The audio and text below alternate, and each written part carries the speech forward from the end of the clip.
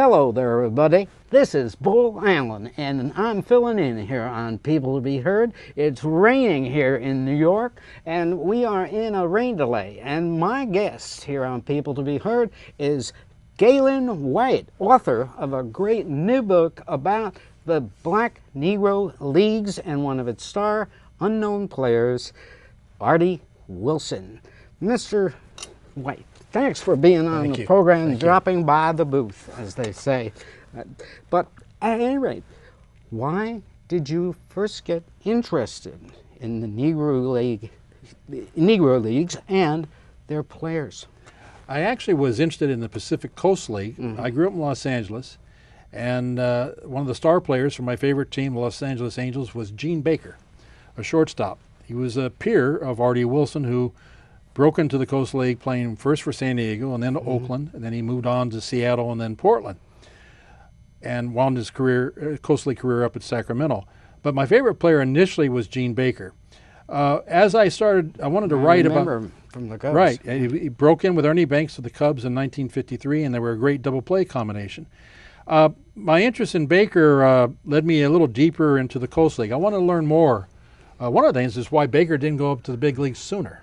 Right, and curiosity. Right, and I started to talk with former Coast League players, and the name Artie Wilson kept coming up. And of course, I remembered seeing Artie play. He would come in, when I was old enough to remember, he would come in with the Seattle Rainiers and the Portland Beavers and play in Wrigley Field. So I then visited Artie in 1975 in Portland, Oregon. He lived in Portland for 55 years. And Artie was... he had been advertised to me as the greatest shortstop in the 1940s. He was a five-time All-Star in the Negro Leagues from 1944 to 1948, was the last man to hit 400 in a professional league. He hit 402 for the Birmingham Black Barons in 1948. And I want to know more about Artie because it quickly became apparent to me that nobody had heard of him. And there had been very little recognition of him. Your book is the first I had heard of him, and I consider myself knowing a little bit about baseball in the Negro Leagues, but I hadn't. Well, one of the people I had interviewed, Chuck Stevens, he's currently 99 years old, will be 100 this summer. He made a comment about Artie Wilson being just as important as the Jackie Robinsons, in that Artie broke the color barrier in Oakland and in Seattle. He was right up at the top among the first in the Coast League overall. John Ritchie was the first in the Coast League in 1948 with the Padres. Artie was right behind him. I just wanted to try to shed some light on Artie and some of the other players who broke color barriers in the minor leagues. So one of the other people I feature in the book, although the primary focus is on Artie, but one of his teammates with the Birmingham Black Barons, Reverend Bill Greason, a great minor league pitcher. And a great human being. So I wanted to shed the spotlight on these guys as well as Jackie. Well, what that intrigues me because I always felt like the Negro Leagues had sort of like always existed, and I never realized that the Pacific Coast League had been all white. Well, everything in baseball, which it referred to itself as organized baseball. The Negro Leagues were the Negro Leagues. Now, if you take the term organized, what's the opposite? Disorganized. Disorganized. Right. So that suggests, I guess, the Negro Leagues were disorganized. Piper Davis, I think, had a better description of organized baseball. Piper Davis was the manager of the Birmingham Black Barons in 1948, a great Negro League star himself. He called it white folks ball. So I like to say that Artie Wilson was the last man to hit 400 in pro baseball, and of course the Negro Leagues in 48, and Ted Williams was the last one to hit 400 in white folks ball. Well, a very good point, because I never knew that someone had hit 402 in the Negro Leagues. Well, the tendency, I think, among Negro League historians, and there's some fine writers who have written about the Negro Leagues, and there's some fine pieces of work out there. But I've always felt they've been sort of superficial. They have not gone into any depth with a player like Artie, which I wanted to in this book, was to kind of get behind the scenes, find out about this man. Why was he smiling all the time? I only came across one photograph of Artie Wilson where he wasn't smiling. You have a photograph, I think, of Lionel Hampton with Artie Wilson. And I like to think we have that, right? Right. And Artie Wilson and Lionel Hampton had similar smiles. They were friends. Lionel Hampton was a good baseball player, according to Artie, and Artie loved jazz. Lionel Hampton was Artie Wilson's best man at his 40th anniversary celebration in Portland, Oregon. Another big Artie Wilson fan was Joe Louis. Whenever Joe was in the same town where Artie was playing, Joe headed for the ballpark to see Artie play. Artie had the kind of flair, the magnetism that Willie Mays had. In fact, Piper Davis made the comment that Artie Wilson played for the fans, so did Willie Mays. Well, this certainly seems true from your perspective of getting so much into Mr. Wilson's career, but he also was a slap hitter, from what we understand, to the left side, and they pulled shifts on him, a la Ted Williams, Right. and he was still beat the shift. He'd beat the shift. The Hollywood Stars, one of the teams in the Coast League, called him Houdini after the famous escape artist, because he found a way to escape the shift, dump the ball in there. There was more than one occasion, according to Artie, where they called timed out and checked his bat. They wanted to see whether or not he had a seeing-eye bat.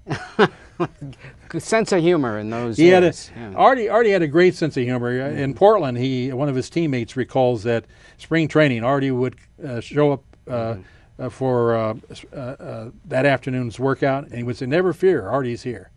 He had another saying, "Thou shalt not pass." He did not like walks. He wanted to swing that bat. He wanted to dump that ball out there into the left field. As a left-handed hitter, he hit almost exclusively to left field. Every now and then, if they shifted too much, oftentimes they would pull the right fielder out of right field, and every now and then he'd hit a ball out there, and he'd at least get a triple, if not a inside the park homer. Who would often hit behind him? Well, he was a leadoff man, and so that's a good question. I can't tell you off the top of my head. Now, in the Negro Leagues, it would have been Piper Davis. Artie Wilson was always a leadoff man. One of the reasons, and Willie recalled for me, Willie Mays, recalled for me how one time he saw Artie foul off 15 pitches in the same at bat. Oh, that is really something. In the Coast League, he once fouled off 13. The pitcher then threw the ball behind him just to get rid of him, put him on base. Well, you know, there used to be artists like that. Pete Rose is very good at fouling things off and tiring out the pitchers. Artie Wilson, with the bat, I would compare with Rod Carew. That was a comparison that came up more than once. His ability to That's bunt. quite a comparison. His ability to bunt, his ability to control the bat. Another player I would compare him with is Ichiro Suzuki, in that both of them are left-handed hitters. Great Ichiro. Ichiro was running when he hit the ball. Same for Artie. He was already on his way to first base. Now, how did Artie develop his baseball skills? Well, his mother raised him. His name Wilson, it was her name. He only met his father once. He was playing Negro League baseball at the time. A cousin had arranged for his father to come to the house. He was sitting there talking with this man, not knowing it was his father. Finally, it was revealed to him who he was. That was the only time he saw his father. Whoa. His mother he referred to his mother as a brother, a sister. She was everything wrapped into one. She died at 40. Age 40. And so she instilled in him this. One of the reasons that nicknames didn't bother Artie was because she said to him, nicknames don't matter. The only thing that matters is a lick. When you get a lick, let that hurt. But the rest of it don't matter. Just keep on playing. And his philosophy was, that fan who's calling me the N-word, he's paying my salary. He's paying to get in here to do that. That's the way Artie looked at that. Yes, in fact, there was an incident where he was being ridden by a fan. A fan, this was in Sacramento. Yes. I asked Artie about what was the worst place in the Coast League where he played. He said Sacramento because of this one fan. 1949 is when he first played in Sacramento. And this fan called him the N-word, would yell at the Sacramento pitchers to throw at his head. Of course, they did not. They didn't want to do that. Although a few did throw at him at different times there early on, but Artie was too good at getting out of the way. But this fan, fast forward to the end of his career, 1957, when he had a freak injury to the eye and it caused him to retire. This fan was still a big Sacramento Solon fan, but now he was a big Artie Wilson booster. In fact, he organized and threw Artie Wilson Appreciation Night, the only night thrown in his honor in his entire career. This fan threw it. So he moved this fan, just say, from a 1 at the bottom of the scale, intensely disliking Artie, to a 10, loving him. And that, I think, can be attributed to his personality. The fact that all along the way, he would hit singles, he'd stand on first base, and he'd smile at that fan. That infuriates some of the guys. Well, it might infuriate him, but he won him over. Yeah, well, that's certainly the case. Now, you said he was like this throughout his entire career, and many of the other Negro League players who played in the Negro Leagues before tremendous crowds played the game with intensity and heart and provided a terrific brand of baseball entertainment, and even though they had to live in segregated quarters in the South, and they also, in fact, the Kansas City South Pages All-Stars, of which Artie was a member, had their own plane. That's right. Well, Artie played on the Satchel Paige All-Stars, traveled around the country in what one of the players referred to as segregated luxury. Bob Feller had the opposing team, and they traveled separately. But Artie played extensively against white players in these kind of barnstorming tours. So he had some contact with white players. He did quite well off Bob Feller on this tour around the country. Slap hitters do well against fastballs. And he also did pretty well against a knuckleball pitcher named Dutch Leonard. Ah, the great Dutch Leonard. That's right. So and what Artie would say... Senator pitcher, right? That's right. Yeah. Yeah. And what Artie would say is, because people would always question whether or not moving from the Negro Leagues into the Coast League and then into the majors, whether or not he could hit the pitching. He said, well, I hit guys who were even better in the Negro Leagues. He in the book, he talks about a pitcher not well known named Porter Moss, who he claims was a better knuckleballer than Hoyt Wilhelm or Dutch Leonard. Well, that is really quite an argument. In fact, I used to do a lot of baseball card matchups, and I'd play Negro League teams against white teams, through APA baseball. Right. And I was always fascinated. What might have been? Well, yeah. Piper Davis, who was Artie's teammate when they played in the Birmingham Industrial League. Artie played 7 years in the Birmingham Industrial League, and his career batting average was well over 400 for those 7 years. Highest batting average in that league, and that was like a minor leagues to the Negro Leagues. But Piper Davis said the Negro ball player gave big league baseball the unexpected, the daring, because we loved the game and we played more for the fans than ourselves. And that's what Jackie Robinson brought to the game. That's what Willie Mays brought to the game. That's what Sam Jethro, who was a rookie year in 1950 and often is forgotten, he brought that to the game, that great speed. And, of course, Willie Mays. I mean, those guys brought this flair, this speed, this daring that the game had been lacking. Yeah. Well, Artie Wilson, you mentioned in the book, was a great mentor to Willie Mays. He was. Of course, Willie's first year was 1948 when Artie was hitting 402. So just watching Artie hitting 402 and dumping those balls, he had a lot of line drives. They weren't just parachute shots.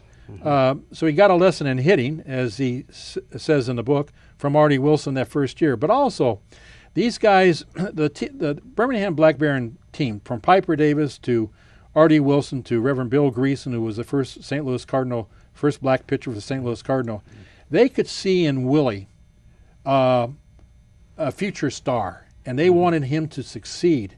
And so, Jackie had been handpicked. Willie was one of them. He was someone coming out of the South, and they could see that he had superstardom written all over him, and they wanted to take care of him. They kept him out of trouble, and they did everything they could to help him as a player. Usually, young black players going to the Negro Leagues did not get much help because you were taking another guy's job. But with Willie, they wanted him to succeed. Baseball was much more competitive in the first half of the 20th century. Nobody helped Artie Wilson when he broke in 1944. In fact, one of his teammates said, don't go thinking you're going to make the All-Star team. Well, he did. Well, that's a challenge.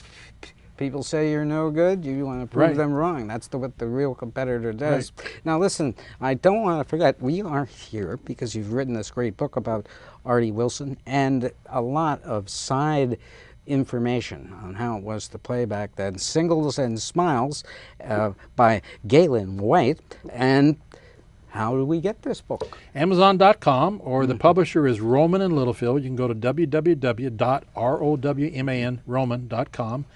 Barnes & Noble should be carrying it. Was at a Barnes & Noble the other day and encouraging them to carry it. And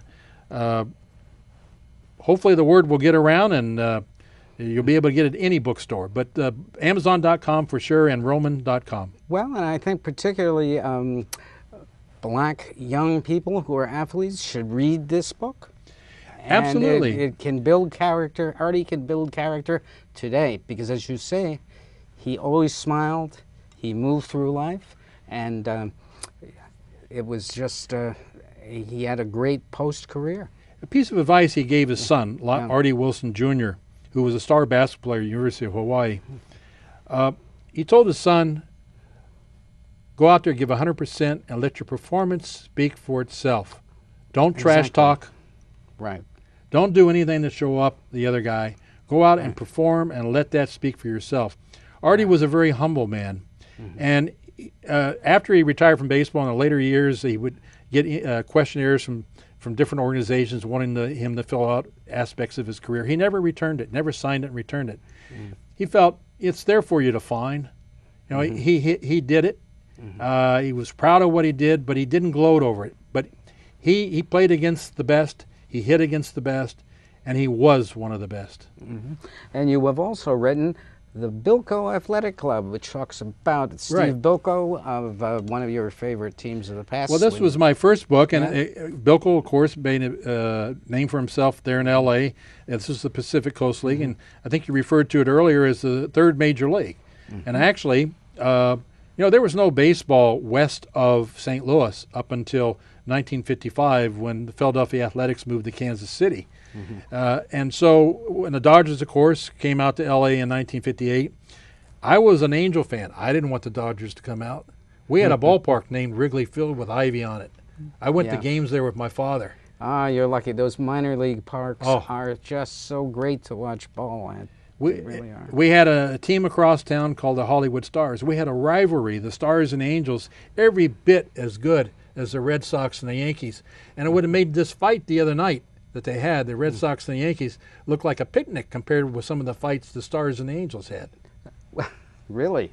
No. Well, is that in the...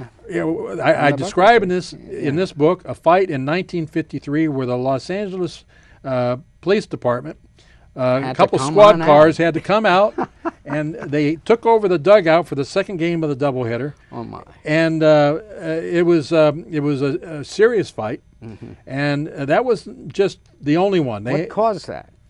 Well, it was a beanball. The pitcher nothing has changed. No, the pitcher was Joe Hatton, who used to pitch for the Brooklyn Dodgers. Joe Hatton, and he hit Frankie Kelleher.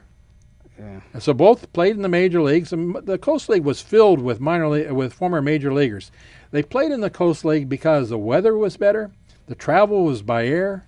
They they would go to a town, spend a week to 2 weeks, not having to live out of a suitcase. They could unpack, stay in that hotel. That was one of the things Artie said. Playing in the Coast League was a lollipop. Very good. Now your other book, more close to home, about former Brooklyn Dodger fans, is this one, Ransom Jackson. Right. Well, Ransom Jackson saw the Bilko book, and he had written down on a yellow legal pad his memoirs, something like 80, 90 pages, and he wanted somebody to look at it. So he wound up contacting me, and at that time I was living in Georgia, not too far from where he lives in Athens. So I went over and talked to him and looked at his notes, and I stonewalled at first, but eventually wound up working with him on the book. He is fascinating. He's still living, 92 years old. Last Brooklyn Dodger to hit a home run. It wasn't at Ebbets Field. It was in Philadelphia. It was the next to last game of the season. He was one of Gussie Moran's favorite players. He was handsome Ransom Jackson, that's right. and a great sense of humor. He was brought in by the Dodgers to replace Jackie Robinson. Jackie, after the Dodgers won the World Series in 1955, They wanted to trade him. well, they wanted to trade him. Jackie did not have a good year in '55. Yeah. If you can look at the record, he didn't have a good year. They thought he was on his way out. Well, they brought Ransom in. Ransom had been a two-time All-Star with the Cubs, 54, 55. They brought him in to play third base. Well, Jackie, with this competition there, had a great year. And so 56. That's right. So Ransom now was the starter for some of the year, and they moved Jackie. They would play him at different positions, second base, first base. Sometimes they were both in the lineup. But this I think is a good read. I think you really get an insight as to what it was like to be in a major leaguer in the 1950s. You get a good feel for Ransom. He wound up making the move with the Dodgers from Brooklyn to L.A., and he recalls mostly looking at the celebrities in the stands, mostly some of the actresses. Well, they were very popular. They were. Yeah. One of his best friends, and he writes about in the book, is Don Drysdale. He roomed with Don Drysdale on a tour of Japan. And so he writes about that in the book, about his time with Don Drysdale. He also writes in the book about kind of a what if. Always a big question that major leaguers Right. ask Ransom was a themselves. great golfer. And actually his first love was golfing. And so the question he asked is, what if he'd gone into golfing? Or what if Jackie Robinson had played football? Yes, well, that's right. Just think of Jackie Robinson and Jim Brown on the same team. That's right. And so Jackie Robinson, and we go on in that chapter to talk about the situation today where there are very, very few African Americans as compared with the Latino blacks in the major leagues. Why is that? And we address that issue. And in Ransom's opinion, it's been in large part because a lot of the high schools have abandoned baseball because of the expense, particularly the inner city programs. And then, of course, the best black athletes are getting siphoned off into other sports. When Ransom and Jackie came up in the 40s, and Ransom played football too, by the way, at TCU, and he played at Texas with Bobby Lane, the great quarterback. Man, one of the best clutch quarterbacks Yeah. ever. He was a running back tough. with I Bobby saw him Lane. play. And Bobby Lane, by the way, was an outstanding baseball player. So they played baseball and football together at Texas. So Ransom was a two-sport star in college, just as Jackie was. And also they were both college educated. Now that was very unusual at that time. And Ransom writes about the prejudice that he faced as a college educated ball player. A lot of players did not like him because they thought he was uppity because of his education. Wow. I would dare to say that Jackie ran into the same thing, not just being black, but because he was college educated. So I think the thing where Ransom comes out on the issue of why there aren't more African Americans playing today, one, it's the issue around in high school and the programs not existing, and then also the fact that a lot of the great athletes are going into college football and college basketball. Right. Well, right now, as I look around, I don't watch baseball much because I haven't been a huge fan since the strike in 1994. I sort of ripped my heart out, and you know, I was with Artie in '94 when that strike was going on. I visited the car dealership where he was working at the time. He worked until age 85 selling cars. And well, you got to keep on working. That's what you do when you get old. You got to keep working. He didn't want to sit in a rocking chair. Yeah, no, certainly not. Yeah. So Artie visited him, and always remember him saying, he said he was staying awake at night because baseball wasn't being played. He said he was crying at night because it wasn't being played. Thing. And they still have not gotten back the trust of the fans. I think you're right. And Artie went to church with Artie, I think it was in '95, and they still were out on strike. They hadn't settled it yet. And I remember the pastor saying Artie, he told Artie Wilson that morning, you need to go play baseball. Artie was still playing baseball well into his 60s and 70s in some of the local leagues. Well, as Jim Bouton wrote in Ball 4, you spend your lifetime playing baseball, then you don't realize it was the other way around all the time. That's right. There's a wonderful story in the book told by Artie Wilson Jr. where his dad was visiting him in Hawaii, and they got his dad to play in a softball game. So Artie played, I believe, second base, and Artie Jr. played shortstop. And the trying to think the name of the actor, Tom. He played it in the Japanese movie. I'm not going to think of his name right now, but he was involved in this celebrity softball game. They turned to double play. Artie was in his 70s at that time, and Artie Jr. said it was one of the greatest thrills in his life was turning a double play with his father in softball. Oh, listen, I remember when Jack Nicklaus won the Masters in 1986 when his son caddied on Father's Day. It was like one of those magical walks down the 18th. Yes. Yeah. Fathers will never forget that. Now, looking forward, one of the major problems in baseball as I see when I watch it, there are not enough black persons, Hispanic persons running major league teams from the dugouts. The coaches are mostly white and not very good players either. They're sort of like journeymen and who cannot coach pitching. I'm sorry. But at any rate, where's that going? Well, I just know that Artie wanted to come back to the game and in some capacity. And I didn't have this conversation with him. But Roger Kahn, the great writer who did Boys of Summer, and he did a book, A Season in the Sun, and he devotes one chapter to Artie. And he has a discussion with Artie. Well, Artie mentions, he asked Roger Kahn whether he'd seen Leo DeRocher lately. And Leo had been rumored as possibly a manager for the Seattle franchise. And Artie expressed the desire, well, if Leo was going to coach in Seattle, manage in Seattle, he would like to coach there.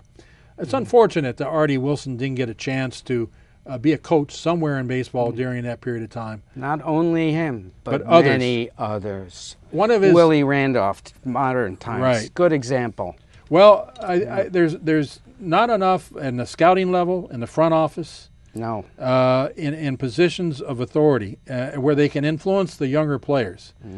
And I think also that, and I think Major League Baseball is trying to do this with a program focused on the inner city, but I don't think it's going far enough. There's some things that Artie used to go into the schools there in Portland. He would only go if invited, and he'd go in and he'd tell his story, and he'd tell these kids, don't go feeling sorry for yourself. Don't go feeling that somebody else is responsible for your life. You're responsible for your life. How truer words were never spoken? Well, listen, Mr. White, I'm sorry, but they're taking a tarp off the field, and it looks like the sun is breaking out over the left field wall, and it's been a pleasure interviewing you about your new book, Singles and Smiles, all about the great Artie Wilson, the greatest shortstop. No one does that. No one knows, and I heartily recommend it. And thank you for being with us on People to Be Heard. This is Bull Allen sending it back to the booth. Thank you.